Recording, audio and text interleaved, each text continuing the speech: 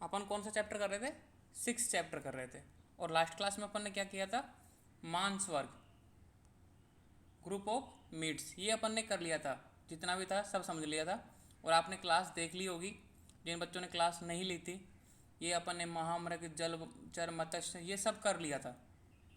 ठीक है, बकरे का मांस, ठीक है, प्रशस्त व त्याज मांस, तो यहाँ तक अपन ने कंप्लीट कर लिया था लास्ट क्लास में।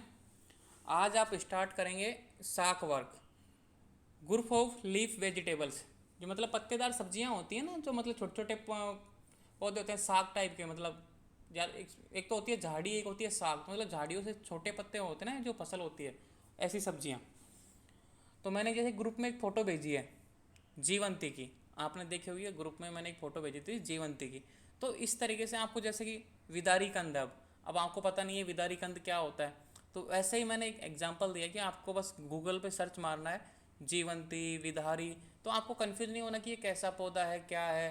तो घबराना मत कि भाई इसको क्या बोलते हैं, तो आप गूगल की सहायता से आप इन पौधों की पहचान कर सकते हो। ठीक है, देख सकते हो। अब यहाँ पे तो मैं चित्र नहीं बना सकता कि, क्योंकि अपन पेन कॉपी से लीप भी बनाए तो कैसे बना सकते हैं, इसलिए मैंने एक आइडिया भेजा आपको कि आप गूगल पे जिस तरीके से, जैसे मैंने आपको सर्च किया ना विदारी, वैसे कि वैसे आप इंग्लिश में या हिंदी में जैसे भी सर्च करना चाहो, वैसे कि वैसे वहाँ पे इमेज सामने आ जाएगी, तो आपके वहाँ पे डाउट क्लियर हो जाएगा। तो अपन अब इनके गुण देख लेते हैं। मैंने बता ही दिया कि भाई प्लांट की पहचान कैसे करनी है, वो मैंने आपको तरीका बता दिया। अब इनके गुणों के बारे में पढ़ते हैं कि एग्जाम में क्वेश्चन कैसे आएंगे, कितना इंपॉर्टेंट है, कितना नहीं है। मैं मोस्टली बता दूँ तो शाक वर्ग से अभी तक क्वेश्चन नहीं आता, आता है तो बस जीवंती के बारे में आता है कि सर्वश्रेष्ठ शाक कौन सा है। तो स्टार्ट करते हैं। इस वर्ग में समस्त शाकों का वर्णन किया गया है, मतलब लीफ वेजिटेबल्स, जो उनमें पत्तेदार सब्जियां होती है ना, वो जैसे पालक है, मेथी है, ठीक है, धनिया है, ये जितनी भी पत्तेदार सब्जियां हैं वो सारी। तो जीवंती चक्षु है, इसका मीनिंग क्या है कि ये आंखों के लिए हितकर है, आंखों के लिए अच्छी है, आंखों की रोशनी बढ़ाती है, आंखों के रोगों को दूर करती है। अगर इसका सेवन करोगे तो आप आंखों के रोग उत्पन्न नहीं होंगे। सर्वदोष घनी, सर्वदोष घनी का मीनिंग है कि सभी दोषों को दूर करती है। वात, पित्त, कफ, इन तीनों दोषों जो कुपित होते हैं ना, मतलब इनसे कोई रोग उत्पन्न हो गया, चाहे वात से हो, चाहे पित्त से हो, चाहे कफ से हो, उनको ये दूर करती है। सर्वश्रेष्ठ शाक है, मतलब सभी जो लीफ वेजिटेबल्स हैं उनमें सबसे अच्छी है जीवंती। ठीक है, सर्वश्रेष्ठ शाक माना गया है। मधुर रस होता है, शीतवीर्य होती है। तो ये इसके कुछ गुण हैं। कभी कभी क्वेश्चन आ जाता है कि जीवंती के बारे में लिखो, तो आपको ये 5 लाइन हो जाती है। देखो, चक्षुषा होती है पहली, फिर दूसरी है सर्वदोषघनी होती है, तीसरी सर्वश्रेष्ठ शाक है, चतुर्थ मधुर रस है, पांचवा शीतवर्य। यहाँ पे मैंने तो एक लाइन में लिख दिया, आपको एग्जाम में अलग अलग लाइन में लिखना है। क्लियर? अब देखो विदारी कंद। अब मैंने आपको घबराने की जरूरत नहीं, मैंने बताया ना विदारी कंद क्या है, कैसा प्लांट है, तो आपको बता दिया। गूगल पर सर्च मारोगे तो आपको मिल जाएगा, मैंने एग्जांपल दे दिया ग्रुप में भेज करके। तो जीवनदायक मतलब जीवन को बढ़ाती है, जीवन को बढ़ाने वाली होती है। वृहणी, वृहणी यानी होता है कि मतलब तरोताज़ा करने वाली, पुष्ट करने वाली, बल प्रदान करने वाली। रसायन, रसायन यानी कि इम्यूनिटी बढ़ाने वाली। और वृक्ष यानी वीर्यवर्धक। तो ये विदारी कंद का कार्य है। कूष्मांडू, बल्ली फलों में सर्वश्रेष्ठ। अब ये बल्ली फल क्या होते हैं? जो बेलों पे लगते हैं, जैसे तरबूज, खीरे, घियार ऐसे लगते हैं ना जो बेल पे लगते हैं, वैसे ये कूष्मांडू, जैसे इसको बोलते हैं पेठा। अपन पेठे की मिठाई खाई है ना, जैसे यूपी के बच्चे हैं इस क्लास में, वो पेठा बनता है, आगरे का पेठा, तो है कूष्मांडू। तो वो बल्ली फलों में सर्वश्रेष्ठ है। तो जो पेठा होता है ना, वो जो बेलों पे लगने वाले फलों में सर्वश्रेष्ठ है। बस्ती शुद्धिकर, मतलब बस्ती शुद्धि करने का मतलब है कि ब्लेडर को शुद्ध करता है। जितने भी आपने जो इन्फेक्शन होता है ना कि ब्लेडर का इन्फेक्शन है, ठीक है, उसको ये दूर करता है। मुंजा तक, अतिशय शुक्रवर्धक है। अब मुंजा तक की आप पत्तियां खाएंगे तो अब ये शुक्रवर्धक, मतलब आपके वीर्य को ये बढ़ाएगा। अब है कैपला। अब आप घबराना मत कि ये कैपला क्या है, मुंजा तक क्या है, कूष्मांडू क्या है, आपने तो जानते ही नहीं हो। मैंने बता रहा कि ना, बस आप ऐसे गूगल पे सर्च मारो कूष्मांडू, सामने प्लांट आ जाएगा। मुंजा तक डालोगे तो सामने प्लांट आ जाएगा। ठीक है, यहाँ पे अपन सबका चित्र नहीं बना सकते। तो मुंजा तक है, अतिशय शुक्रवर्धक है। कैपला अतिशय कफनाशक है, मतलब अतिशय का मतलब बहुत छोटी सी मात्रा में भी सेवन करेंगे तो कफ का नाश करेगा। अगर मुंजा तक का छोटी सी कम मात्रा में भी सेवन करेंगे तो शुक्र को बढ़ाएगा। अड़ूसा, ठीक है, बमन, कास, रक्त पित्त में श्रेष्ठ है। किसी व्यक्ति को बमन हो रहा है, किसी को कफ आ रही है और किसी को मतलब ब्लीडिंग हो रही है बॉडी में, तो आपको अड़ूसे का सेवन करना चाहिए। सरसों अब सरसों का साग खाते हो ना आप, डंठल, सरसों की डांट डंठल होती हैं, तो सभी दोषों को कुपित करने में के कारण हीनतम साग माना गया। कहने का मतलब ये है कि सरसों का साग आपको कम से कम खाना चाहिए, चाहे महीने में एक बार खाओ तो बस इतना ही खाओ, ज़्यादा नहीं खाना चाहिए। कि सभी दोषों को कुपित करने के कारण कि ये वात पित्त कफ इनको इनबैलेंस करती है, इसलिए इसको हीनतम साग माना गया है। जपी कंद दीपन कपगन अर्श रोगों के लिए विशेष लाभकारी है। दीपन यानी अग्नि को दीप्त करने वाला, अग्नि को बढ़ाने वाला। अग्नि से मीनिंग क्या समझते हो, मतलब जठराग्नि को बढ़ाने वाला, आपकी पाचक शक्ति को बढ़ाने वाला, ठीक है। कफगन, कफगन का मीनिंग है कि कफ को दूर करने वाला, आपके शरीर में मान लो कि मेद जमा हुआ है, कफ बढ़ा हुआ है तो उसको कम करेगा। अर्श रोग यानी पाइल्स रोगों को, पाइल्स रोगों में विशेषकर लाभकारी है, ठीक है। मुकुंद यानी कुकुरमुत्ता अति दोसल माना गया है, मतलब ये छोटी सी मात्रा में भी दोषों को प्रभावित करता है, दोषों को इनबैलेंस करता है। अब देखो यहाँ पे है वाल मूली। वाल मूली का मतलब है कि कच्ची मूली। कच्ची मूली किस तरह से, जैसे कि मान लो अपने, एक तो होती है जैसे प्लांट लगता है ना कच्ची मूली, एक होता है पकी मूली। देखो यहाँ पे लिखा है कच्ची मूली, पकी मूली, सूखी मूली, कच्ची मूली। अब इनमें कन्फ्यूज रहोगे आप। तो ये बाल मूली का मीनिंग है, जैसे अपन ने मूली, आप जानते हो मूली आप सभी खाते होंगे, जो कच्ची मूली अपन सब खाते हैं। तो ये बाल मूली का मीनिंग ये है कि वो अपने पूर्ण आकार में नहीं आई हो, जैसे कि छोटे सा ही हो, उसका जो जड़ होती है ना जो मूली की, वो कम बनी हो, ठीक है, अपनी शुरुआती अवस्था में हो, 10-15 दिन की हो, तो वो है कच्ची, मतलब बाल, बाल अवस्था वाली मूली। तो यह दो सर, दोषों को हरती है, वात पित्त कफों को हरती है। मतलब किस तरीके से, ये जो रोग उत्पन्न हुए हैं दोषों की वजह से, वात पित्त कफ की वजह से, उनका हरण कर लेती है, उनको दूर करती है। अव्यक्त रस होता है कि कभी तो ये मीठी लगती है, कभी ये कड़ी लगती है, कभी कटु लगती है, कभी तिक्त लगती है, कभी लवण लगती है। मतलब छः को छः रस इसमें एकदम से महसूस होते हैं, कभी क्या कभी क्या कभी क्या। तो मुख्यतः बता नहीं सकते कि कौन सा रस है, प्रधान कौन सा है, बता नहीं सकते, ठीक है। लघु होती है, मतलब जल्दी पच जाती है, शरीर में लघुता लेके आती है। ये वाल मूली की बात हो रही है। वाल मूली का मीनिंग समझो आप, जो अभी मतलब लगी हुई है और उसका पूर्ण आकार नहीं हुआ। अब देखो पकी मूली, पकी मूली का मीनिंग है कि आपके खेतों में कभी आपने गांव में देखा होगा कि मूली लग जाती है, तो मूली लग जाने के बाद में बहुत दिनों की उसको निकालते नहीं है ज़मीन से, तो बहुत ज़्यादा मोटी हो जाती है। तो मतलब एक अलग सी मोटी सी हो जाती है, और उसमें से रस्सा एक अलग सा हो जाता है, बहुत मोटी हो जाती है, वो फटने से लग जाती है। तो पकी मूली, पकी मूली का मीनिंग है कि ज़मीन में बहुत दिनों तक पड़ी रहना, उसका अपन ने सही टाइम पे उसको निकाला नहीं, तो पकी मूली। रस विपाक में कटु दोषकर व अभिसंधि है। देखो रस और विपाक में एक कटु है, रस भी इसका कटु है, विपाक भी इसका कटु है। और एक बच्चे ने अभी विपाक के बारे में सवाल किया था ग्रुप में, तो मैंने पूरा 5 से 6 आचार्यों को एक पेज ही भेज दिया था कि भाई इसी आचार्य के अनुसार विपाक की परिभाषा ये है। दोष कर मतलब दोषों को कुपित करती है। और अभिसंधि, अभिसंधि यानी एक तरीके से जो कफ, देखो यहाँ पे रस और विपाक में कटु है, कटु से क्या होगा कि कफ का नाश होगा, मतलब कफ अपनी बॉडी में से पिघलेगा, अब पिघलने की वजह से ये अभिसंधि बनेगी। अभिसंधि किस तरीके से, जो कफ पिघलता है उसकी वजह से स्रोतों का अवरोध होगा, तो स्रोतों का अवरोध होने की वजह से ये अभिसंधि है। अब है सूखी मूली, ये इंपॉर्टेंट है चारों मूली, इसलिए मैंने एक बात पूरी लिखी है यहाँ पे। सूखी मूली है वात कफनाशक, तो अगर आपने मूली को सुखा के खा रहे हो आप, है ना, तो ये वात कफनाशक है, वात का और कफ का नाश करेगी। और कच्ची मूली दोष कारक है, यहाँ पे लिखा है देखो कच्ची मूली। अब ये बाल मूली और कच्ची मूली में क्या अंतर है, एक तो है बाल मूली मतलब जो शुरुआती अवस्था की, ये है परिपक्व अवस्था में, जो अपन कच्ची खाते हैं ना, जैसे मोस्टली अपन इसको खाते हैं, कच्ची मूली को, दोष कारक को, इसको ज़्यादा खाते हैं अपन सेवन में। मैं जहाँ पे देखो ये डॉट जा रहा है ना, कच्ची मूली खाते हैं, दोष कारक है, दोषों को उत्पन्न करती है।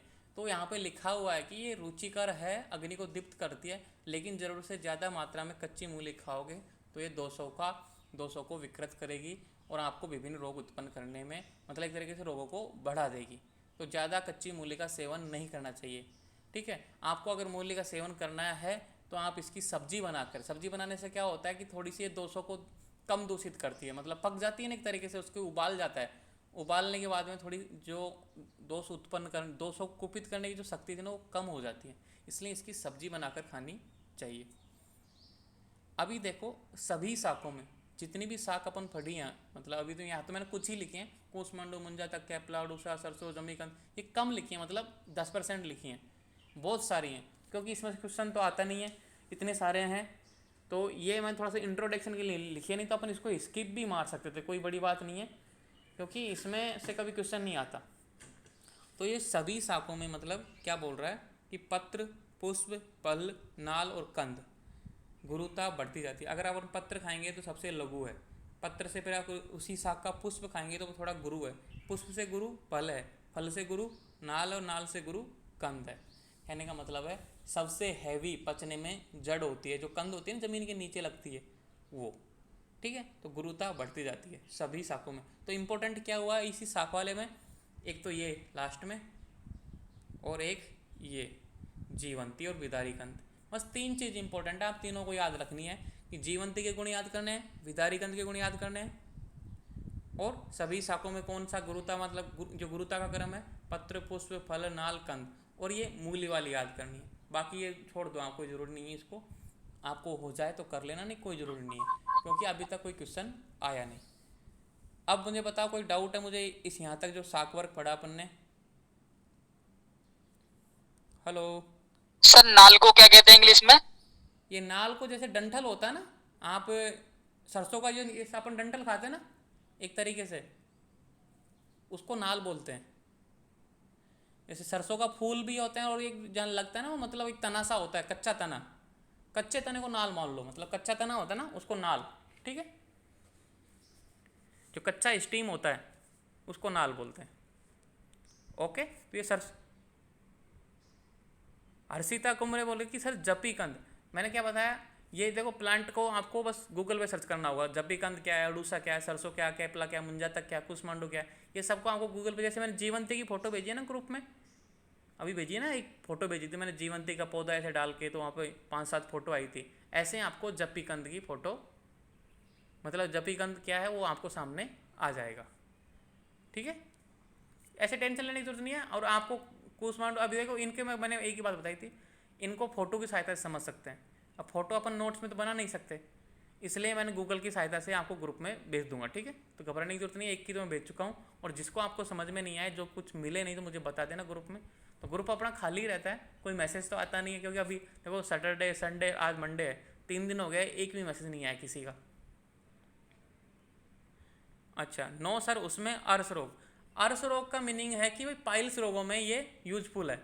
अगर किसी व्यक्ति को पाइल्स है, आजकल तो कॉमन सी बात है पाइल्स होना, तो उस व्यक्ति को जपी कंद की सब्जी खिलानी चाहिए, जपी कंद का उसको सेवन कराना चाहिए, वो लाभदायक है। क्या पाइल्स को थोड़ा ठीक करने में हेल्प करता है।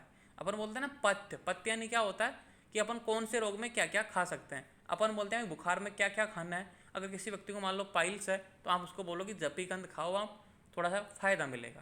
तो ये बात है, ठीक है। अर्श यानी पाइल्स रोग होता है। ओके, अब आगे बढ़ते हैं। फल वर्ग। हेलो हाँ बोलो। सर, जो आप सर कच्ची और पक्की मूली बता रहे हैं, मतलब जैसे कच्ची मूली सर उसको बोलेंगे सर, जैसे हमने जमीन में मूली उगाई सर, उसके बाद उसे उखाड़ ली सर, वो कच्ची होगी सर, वो पक्की होगी? वो कच्ची मूली है। सर अगर टाइम पीरियड से पहले निकाल लें तो कच्ची होगी क्या सर? टाइम पीरियड से पहले निकाल ले तो वो हो जाती है वाल मूली। देखो टाइम पीरियड से पहले निकाल ली तो वाल मूली है ना, और टाइम पीरियड के बहुत जब बाद में निकाली तो वो पक्की मूली, ठीक है। और मान लो मीडियम पे जो टाइम पीरियड में निकाल देना वो है कच्ची मूली, ठीक है। तो मैंने एक ही बात बताई थी, यहाँ अपन सबसे ज़्यादा इसका सेवन करते हैं, कच्ची मूली का, ठीक है। जो अगर पकने के मतलब जो होता है ना टाइम पीरियड, भाई इतनी साइज़ की होनी चाहिए, अपन को पता रहता है भाई मीडियम साइज़ की है, तो अगर उससे पहले निकालोगे तो ये बाल मूली, ठीक है। अगर उसके टाइम पीरियड के बाद में निकाल रहे हो, बहुत ज़्यादा लेट हो रहा है, तो वो पकी मूली, ठीक है। अगर मान लो जो मीडियम साइज है वो टाइम है उसके अनुसार निकाल रहे हो तो वह कच्ची मूली, और इसको सुखा लिया आपने तो यह सूखी मूली, ठीक है। ये है, ओके। अब देखो यस फल वर्ग, मैं क्या बताया आपको, ज़्यादा कंफ्यूज होने की जरूरत नहीं है, आपको बस ये याद रखना है जो गुरुता का क्रम है ये लास्ट में ये, और ये जीवंती और विदारी कंद, बस इसमें से इतना ही है शाक वर्ग में, क्योंकि बहुत सारी शाक हैं, कोई नहीं पूछता, आज तक मैंने कोई क्वेश्चन देखा नहीं है। अगर क्वेश्चन इसमें से आने लग गया ना तो मान लो फिर कुछ भी हो सकता है, फिर आप कितना ही पढ़ लो, क्योंकि यहाँ तो 10 लिखी हैं, क्योंकि इस चैप्टर में कम से कम 50 शाखें हैं, आप कहाँ तक याद करोगे। ये इंपॉर्टेंट है, इसलिए मैंने यहाँ पे लिख दी। अब देखो फल वर्ग, ग्रुप ऑफ फ्रूट्स। अपन क्या कर रहे थे भाई, आचार्य वाग्भट ने सभी द्रव्य को 7 भागों में बांटा है। जो मटेरियल्स थे, जैसे कि अपन ने मांस वर्ग किया, आपने सूख धान्य वर्ग किया, आपने सिम्बी वर्ग किया, आपने शाक वर्ग किया, तो 4 कर लिए थे अपन ने। अब ये फल वर्ग, ठीक है, कर रहे हैं अपन ग्रुप ऑफ फ्रूट्स। 5वां है कि ये चौथा नंबर का है? 1 2 तो चौथे नंबर का हुआ ये? 3, हाँ 5वें नंबर का है ये, नहीं 6ठे नंबर का है फल वर्ग। 5वें नंबर का तो शाक वर्ग था, 6ठे नंबर का है फल वर्ग, ग्रुप ऑफ फ्रूट। क्योंकि पहला था सूख धान्य, दूसरा था सिम्बी, तीसरा था कृतान्य वर्ग, चौथा था मांस वर्ग, 5वां था शाक वर्ग और 6ठा है फल वर्ग। ठीक है, तो पहला अपन ने कर लिया था सूख धान्य वर्ग, दूसरा अपन ने सिम्बी धान्य वर्ग कर लिया था, तीसरा कृतान्य वर्ग कर लिया था, चतुर्थ अपन ने मांस वर्ग कर लिया, 5वां शाक वर्ग कर लिया, 6ठा है फल वर्ग। तो अपन 6वां कर रहे हैं, लास्ट में एक बचेगा 7वां औसत वर्ग, उसके बाद में ये चैप्टर पूरा हो जाएगा। फल वर्ग, ग्रुप ऑफ फ्रूट्स। अब फ्रूट बहुत सारे हैं, मतलब आप देखते हो मार्केट में कितने सारे फ्रूट हैं, तो सबके गुण दे रखे हैं यहाँ पे, आचार्य वाग्भट ने सबके गुण दे रखे हैं। तो अपन सबको तो याद कर नहीं सकते, तो जो अच्छा है और जो एग्ज़ाम की दृष्टि से आ सकता है वो अपन लिख रहे हैं। लेकिन इनमें से बस 2 ही हैं जो आएंगे एग्ज़ाम में। पहला तो है द्राक्षा, दूसरा है अनार। ठीक है, ये सब बीच में लिखो तो लिखो, नहीं कोई ज़रूरी नहीं है, याद करो तो करो, नहीं कोई ज़रूरी नहीं है। तो द्राक्षा आता है एग्ज़ाम में और अनार आता है, बस ये 2 ही आते हैं एग्ज़ाम में। ठीक है, तो स्टार्ट करते हैं। ग्रेप्स ऑफ फ्रूट्स, ठीक है, सर्वश्रेष्ठ फल माना जाता है। द्राक्षा आप जानते हो ना कि जो अंगूर से बनती है, सर्वश्रेष्ठ फल माना जाता है कि सभी फलों में सर्वश्रेष्ठ कौन है? द्राक्षा। चक्षु है, चक्षु से यानी आंखों के लिए हितकर, आंखों के लिए अच्छी, आंखों की रोशनी बढ़ाने वाली। वृक्ष वीर्यवर्धक, वात पित्त रक्तनाशक, वात का नाश करती है, पित्त का नाश करती है, रक्त का नाश करती है। कहने का मतलब ये है, बोलने का मतलब ये है कि वात से जो डिजीज उत्पन्न होते हैं ना उनका नाश करेगी, पित्त से कोई डिजीज उत्पन्न हो रहा है तो उनका नाश करेगी, और रक्त की रक्त दूषित हो जाता है ना किसी वजह से, मान लो रक्त दूषित हो जाता है किसी भी कारण की वजह से, तो रक्त को शुद्ध करके रक्त के दोषों को दूर करती है। तो द्राक्षा का सेवन आपको करना चाहिए। मदात्य, तृष्णा, काश, श्रम, श्वास, उर्छत का नाश करती है। मदात्य, मदात्य यानी किसी व्यक्ति को नशा हो रहा है बहुत ज़्यादा, तो आप उसको मुनक्का खिलाओ 4 से 5, ज़्यादा नहीं 4 से 5। ठीक है। तृष्णा, किसी व्यक्ति को प्यास है तो मुनक्का का रस या फिर द्राक्षावले खिला सकते हो, या फिर ठीक है एक आता है अरिष्ट आता है द्राक्षा का, वो पिला सकते हो। काश, खांसी में द्राक्षा आप खिला सकते हो। अपन किसी व्यक्ति को खांसी हो जाती है ना तो अपन नमक और मुनक्का खिलाते हैं उसको, जैसे कि मैंने अभी सेवन किया था, अभी लॉकडाउन में मैंने सेवन किया था द्राक्षा का क्योंकि कफ था मेरे, तो मैं नमक के साथ इसका सेवन करता था, तो इससे काफ़ी रिलीफ मिलता है। श्रम, थकान को दूर करने वाली, क्योंकि द्राक्षा का सेवन करोगे तो आपको एनर्जी मिलेगी, ताकत मिलेगी। तो बुखार में आप इसका सेवन करते हो, क्यों, किसके लिए? क्योंकि बुखार में व्यक्ति कमज़ोर हो जाता है, तो ताकत के लिए इसको द्राक्षा का सेवन करते हैं। श्वास, किसी व्यक्ति को अस्थमा टाइप का रोग है, डिजीज है, तो आपको द्राक्षा का सेवन करना है। उर्छत, उर्छत यानी क्या होता है? ट्रॉमा, चेस्ट ट्रॉमा, मान लो आपकी मतलब चेस्ट पे कोई ट्रॉमा हो गई, कोई मतलब विकृति हो गई किसी भी तरह की, तो उसमें भी आपको द्राक्षा का सेवन करना चाहिए। इन सब का ये नाश करती है, मतलब इन रोगों को ये दूर करती है। तो द्राक्षा इंपॉर्टेंट है, मोस्ट लिख लो इस चीज़ में, मैं आज PDF भेज दूंगा तो द्राक्षा पे इंपॉर्टेंट लगा लेना। अब देखो लकूच, बड़ल, हीनतम फल है, त्रिदोषकारक है, मतलब सबसे बेकार फल है ना जो लकूच है। अब ये लकूच क्या है? बड़ल, जिसको बड़ल बोलते हैं, गूगल अपने जिंदाबाद है। ठीक है, गूगल पर सर्च करेंगे तो लकूच का फल सामने आ जाएगा। तो घबराया मत करो कोई भी चीज़ के लिए। प्लांट कैसा है देखो, मैं सबसे बेस्ट तरीका बताता हूँ याद करने का।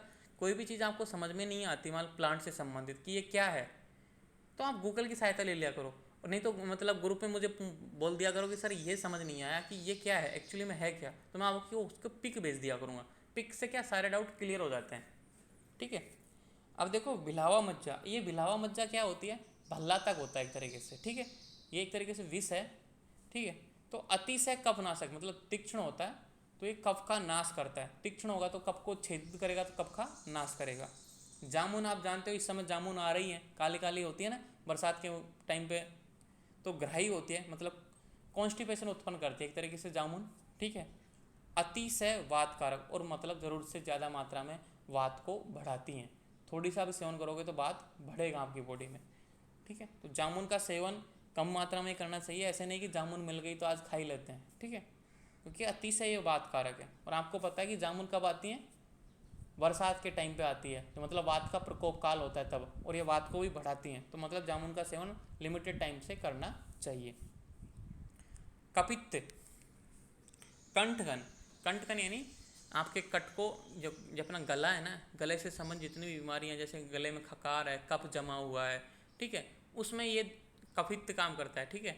दोसल, दोष को बढ़ाता है, और विषनाशक, विषनाश का मतलब है कि ये किसी व्यक्ति को जहर, किसी ने जहर खा लिया, ठीक है, बहुत सारे जहर हैं आजकल, तो मतलब मान लो एक तरीके से विरुद्ध आहारी ले लिया तो जहर बन गया, कुछ भी कर लिया हो किसी भी वजह से, दूसरी विष खा लिया, दूसरी विष क्या होता है, मतलब सड़ा गला भोजन खा लिया, वो भी एक तरीके से जहर है, तो उसमें कपित्त, ठीक है, कपित्त का सेवन करना चाहिए। कच्चा बील, बील जानते हो जिसका जूस बनता है अपन, ठीक है, बील सेक, तो दीपन वात कपनाशक है। तो कच्चा बील मतलब एकदम से, एक तो होता है पूर्णतः पका हुआ, ठीक है, बिल्कुल पक गया, पीला सर हो गया दोष बल का मतलब समझ नहीं पाए। क्या बोल, सर दोष बल जो बोल रहे हैं सर, इसमें विषनाशक भी है और दोष बल भी है, मतलब दोष को बढ़ा भी देता है सर। दोसल है ये, दोसल मतलब दोषों को कुपित करता है। अगर मान लो देखो कपित का ये कंठगन है, दोसल है, विषनाशक है, आप समझो इस चीज को, विष का तो नाश करेगा, सिंपल सी बात है, ठीक है, विष का नाश कर दिया, इसका गुण है, कंठ के लिए हित करे। लेकिन दोसल का मीनिंग ये है कि आप इसका सेवन करोगे ना प्रॉपरली, तो ये दोषों को बढ़ा देगा, दोषों को कुपित कर देगा, ठीक है। दोसल मतलब दोषों को बढ़ाने वाला, दोषों को कुपित करने वाला, ठीक है। एक तो होता है दोष कर्म, देखो आप कर्म दो तरह के होते हैं, एक तो सामान्य कर्म होता है, जैसे अपन सेकंड ईयर में पढ़ेंगे ना कि भाई ये क्या काम करता है, जैसे कि अर्जुन है, अर्जुन एक प्लांट है, उसकी छाल है, उसकी जड़ है, उसके पत्ते, उसकी जो भी चीज़ है ना, वो क्या करते हैं, हृदय के लिए अच्छी हैं। जितनी भी हार्ट डिजीज है ना, जितनी बड़े बड़े से हार्ट डिजीज, उनमें ये काम करता है, ठीक है। तो उसका एक काम हो गया भाई हृदय के लिए अच्छी, इसी तरीके से इसका काम हो गया विषनाशक और कंठगन। और फिर दोषों को क्या काम करेगा कि भाई घटाएगा, बढ़ाएगा, तो एक अलग काम होता है, ये दोष कर्म है, मतलब दोषों पे क्या कर्म करे, दोषों को ये बढ़ाता है, ठीक है। दो तरह के कर्म होते हैं, एक तो सामान्य और एक दोषों पे। तो दोषों का क्या कर्म है, दोषल, और सामान्य क्या है, विषनाशक और कंठगन, ठीक है। कच्चा बील, जो अपन जूस पीते हैं वील का, ठीक है, वो है दीपन, यानी अग्नि को दीप्त करता है, वात और कफ नाशक है। अब देखो यहाँ पे वही तरीके से है ना, एक तो सामान्य कर्म आ गया भाई, काम क्या करेगा, अग्नि को बढ़ाएगा। दूसरा दोषों का क्या कर्म है, वात कफ नाशक, ये वात और पित्त का नाश करेगा। वात और पित्त का नाश नहीं कर रहा, नहीं, वात और कफ है ये, सॉरी, वात और कफ का नाश नहीं कर रहा, उनसे जो उत्पन्न व्याधि है ना, वात से उत्पन्न व्याधि, कफ से उत्पन्न व्याधि जो बढ़ गई थी, उनका नाश कर रहा है, ठीक है। वात जरूर से ज़्यादा बढ़ गया बॉडी में, तो मतलब वात को कम कर रहा है, अपनी नॉर्मल वैल्यू में लेके आ रहा है। कफ अगर बॉडी में बढ़ गया तो कफ को कम कर रहा है, अपनी उसकी नॉर्मल वैल्यू में लेके आ रहा है। कच्चा व्हील, ठीक है। अब देखो पका व्हील, दुर्जर है, दोसल है, देखो फिर से दोसल आ गया, मतलब बेकार है, ठीक है। पके व्हील का सेवन नहीं करना चाहिए, हो जाता है ना बिल्कुल पीला, बहुत ज़्यादा पक गया, जरूरत से मात, एक तो होता है लिमिटेड कच्चा, एक है पक्का, तो मतलब दुर्जर बेकार है, और दोसल है, दोषों को कुपित करने वाला, दोषों को बढ़ाने वाला, ठीक है। अब अनार, तो मैंने बताया था ये सब कोई जरूरी नहीं है, याद हो जाए तो अच्छी बात है, द्राक्षा याद करनी है। और अनार हृदय के लिए लाभकारी है, तो हार्ट डिजीज में अनार का सेवन करना है।